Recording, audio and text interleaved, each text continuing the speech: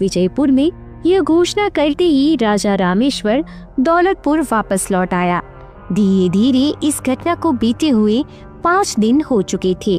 5वें दिन महामंत्री राजा से कहने लगे, हुजूर, हमारे यहाँ पर रिवाज है कि जब भी इस देश का कोई नया राजा बनता है तो वह सबसे पहले जंगल में शिकार करने के लिए जाता है और इस शिकार पर राजा को बिल्कुल अकेले ही जाना होता है। महामंत्री जी, अगर ऐसी बात थी तो आपने पहले मुझे क्यों नहीं बताया? राजा बनते ही मैं सबसे पहले वही काम करता। महाराज, आपने इस बात को बताने का मौका ही कहाँ दिया? आप तो राजा बनते ही विजयपुर पर हमला करने चल दिए थे। खैर कोई बात नहीं महामंत्री जी, तब न सही तो हम अब शिकार के लिए जंगल में चले जाते हैं। रामू उसी समय घोड़े पर सवार होकर शिकार करने के लिए जंगल की तरफ चला गया। उधर दूसरी तरफ राजा सुदर्शन अपने गुरुदेव की कुटिया में रह रहा था। गुरुदेव ने राजा से कहा, राजन, मैंने अपने योग बल से यह पता कर लिया है कि तुम्हारा शत्रु राजा रामेश्वर सिंह आज इस वन में शिकार करने के लिए आने वाला है। यह सुनकर राजा सुदर्शन चौंक पड़ा और बोला, अच्छा, अब तो मैं उसे जीवित नहीं छोड़ूंगा। मुझे उससे अपनी बर्बादी का बदला लेना है। राजन, तुम क्रोध में मत आओ। अगर तुम अपने हाथों से राजा रामेश्वर सिंह की हत्या करोगे तो अवश्य ही तुम्हें नरहत्या का पाप लगेगा। तुम राजा रामेश्वर सिंह से बदला अवश्य ले सकते हो, लेकिन इस तरह से लो कि सांप भी मर जाए और लाठी भी ना टूटे। ऋषिवर, मैं आपकी बात नहीं समझा। राजन, मैं जो तुमसे कहता हूँ उसे ध्यान से सुनो। राजा रामेश्वर एक हिरन का पीछा करते हुए हमारी कुटिया तक आएगा और वह जब यहाँ पर पहुँचेगा ठीक उसी समय तुम्हें रामेश्वर सिंह से मिलना है। इस प्रकार गुरुदेव राजा सुदर्शन को अपनी योजना समझाने लगे। पूरी योजना सुनने के बाद राजा ने कहा, गुरुदेव, आपकी योजना तो बहुत ही अच्छी है। इस योजना का प्रयोग करके मैं बिना मतलब के रक्तपात से भी बच जाऊंगा। अब मैं आपके कहने के अनुसार ही चलूंगा गुरुदेव। तो जाओ, बाहर जाकर रामेश्वर सिंह के आने की प्रतीक्षा करो। जब राजा रामेश्वर वन में पहुंचा तो वह सोचने लगा, रामू, तूने अपनी पूरी जिंदगी में कभी चींटी तक नहीं मारी और अब भयंकर जानवरों का शिकार करने निकला है। तुझे ना तो तीर चलाना आता है और ना ही निशाना लगाना। ऐसी हालत में तू शिकार कैसे करेगा? यह सोचते सोचते वह जंगल में आगे बढ़ता जा रहा था कि तभी उसे एक हिरन दिखाई दिया। रामू ने तुरंत अपना घोड़ा उस हिरन के पीछे लगा दिया। वह हिरन दौड़ता हुआ मतंग ऋषि के आश्रम के नजदीक पहुंच गया और फिर अचानक झाड़ियों में गायब हो गया। रामू सोचने लगा, अरे, यह हिरण कहाँ गायब हो गया? पास ही में एक साधु के वेश में खड़ा राजा सुदर्शन सोचने लगा, हिरण का पीछा करते हुए रामेश्वर सिंह आश्रम के नजदीक आ पहुंचा है। अब मुझे इसके पास चलना चाहिए। वह तुरंत ही रामू के पास पहुंचा और कहने लगा, राजन, लगता है आप जंगल में रास्ता भटक गए हैं।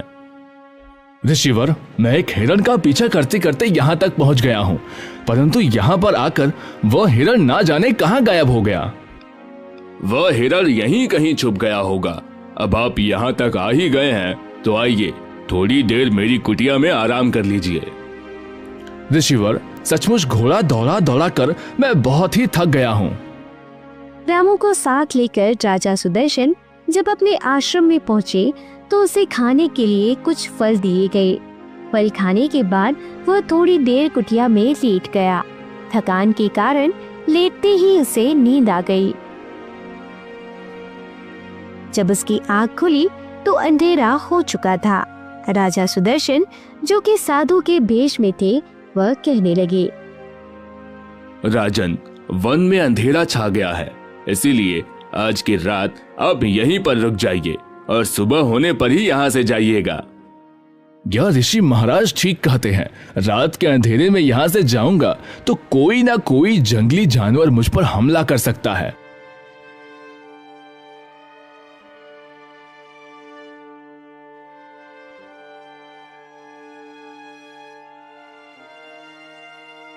सुबह जब आश्रम से चलने लगा तो साधु वेशधारी सुदर्शन कहने लगा,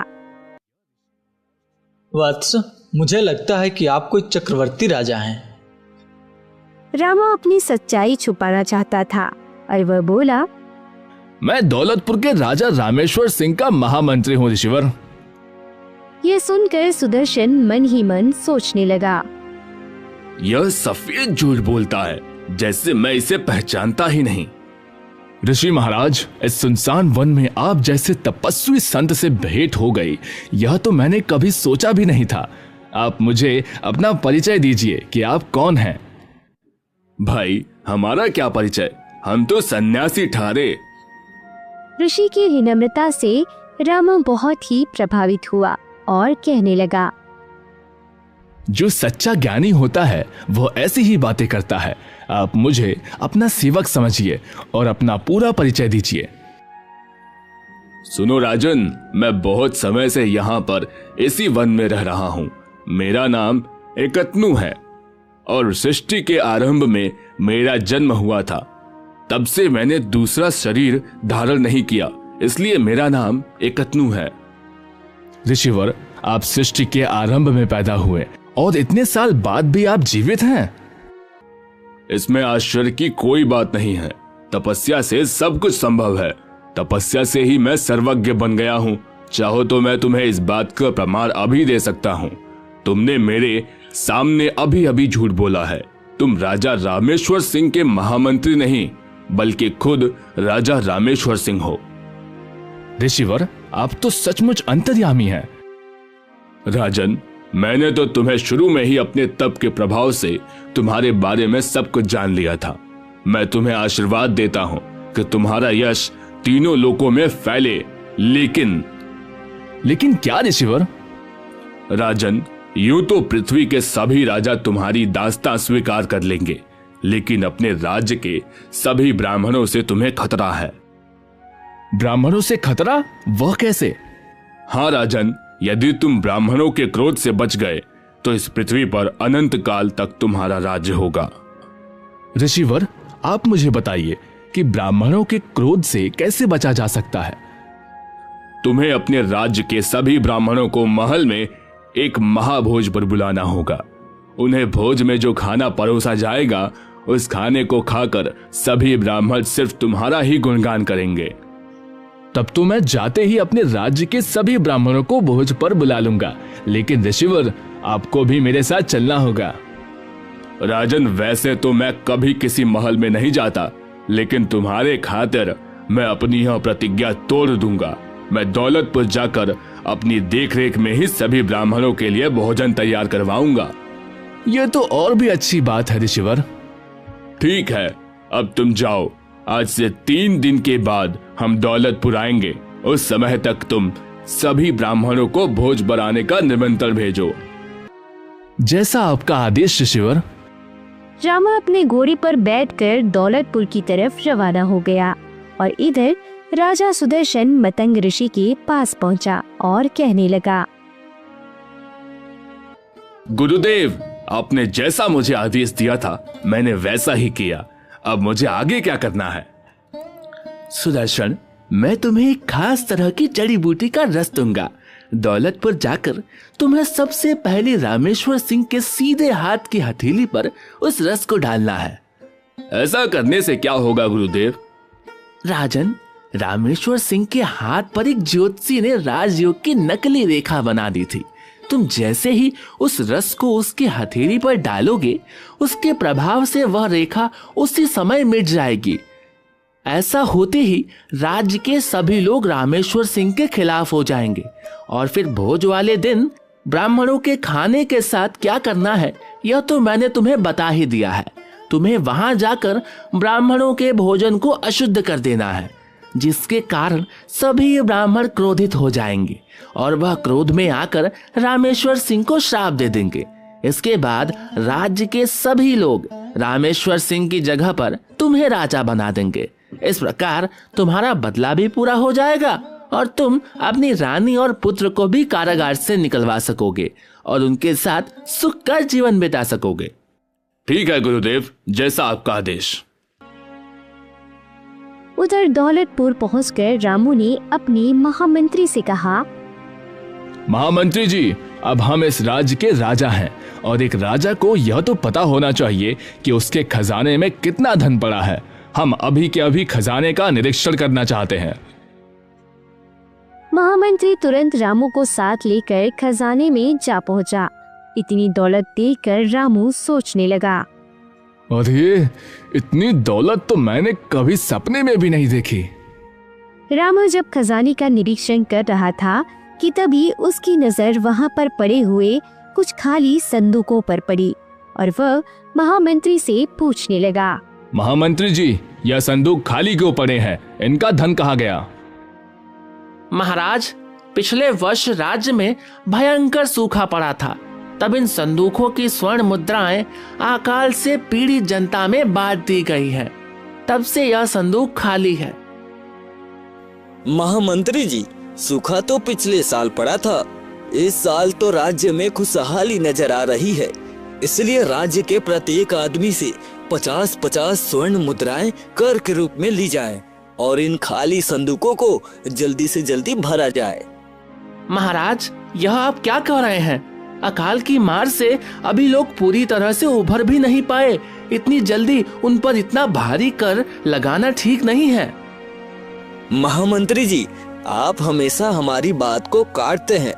जाइए और आज से ही हमारे आदेश का पालन कीजिए। फिर सैनिक उसी दिन से राज्य के लोगों से 50-50 स्वर्ण मुद्राएं कर के रूप में वसूलने लगे।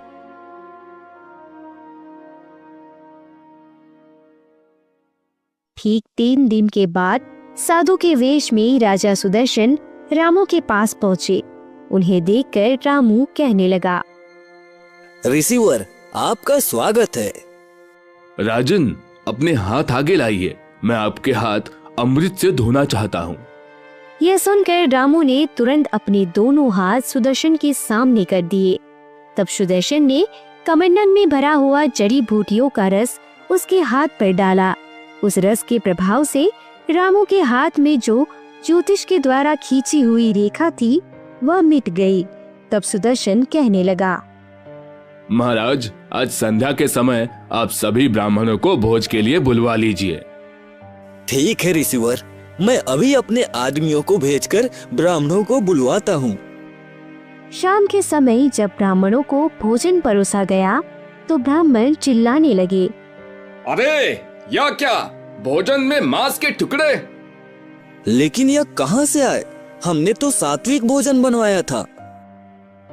राजा रामेश्वर, क्या तू भूल गया कि ब्राह्मणों को तामसी भोजन परोसना एक महापाप है? तूने भोजन में मांस के टुकड़े परोसकर हमारा घोर अपमान किया है। इसलिए हम तुझे श्राप देते हैं कि तू राजपाट छोड़कर तुरंत ही भिखारी बन जाए। ब्राह्मणों का ऐसा बोलना था कि उसी वक्त रामू एक बार फिर से गरीब आदमी बन गया। यह देखकर साधु के रूप में आया हुआ सुदर्शन कहने लगा, रामेश्वर सिंह, यह सब तेरे घमंड और तेरे पापों का फल है। तूने मेरे निर्दोष परिवार और मेरे राज्य को बहुत नुकसान पहुंचाया था। यह उसी का परिणाम है। आज मैंने अपना बदला पूरा कर लिया। यह देखकर महामंत्री सोचने लगा, इस प्रकार हमें एक बेवकूफ और घमंडी राजा से छुटकारा तो मिल गया। रामू राजमहल से बाहर निकला और सोचने लगा, हाय मेरे भाग्य, तूने मेरे साथ कैसा मजाक किया। पहले तो राजा बनाया और फिर कुछ दिनों के बाद वापस। तभी रामू के सामने एक देवदूत प्रकट हुआ। आप कौन हैं? मैं वही हूँ जिसे अभी कुछ देर पहले तुम कोस रहे थे, यानी मैं तुम्हारा भाग्य हूँ। क्या आप बताएंगे कि आपने मेरे साथ घटिया मजाक क्यों किया? मजाक मैंने नहीं बल्कि ज्योतिषी चंद्र नारायण ने तुम्हारे साथ किया था। उसने जबरदस्ती एक नकली भाग्य रेखा तुम्हारे हाथ पर बनाई जिससे तुम राजा बन गए, जबकि तुम्हारे भाग्य का फैसला तो मैं करता हूँ। जब तुम्हारे भाग्य में राजा बनना था ही नहीं तो भला ज्योतिषी तुम्हारा भाग्य कैसे बदल सकता है?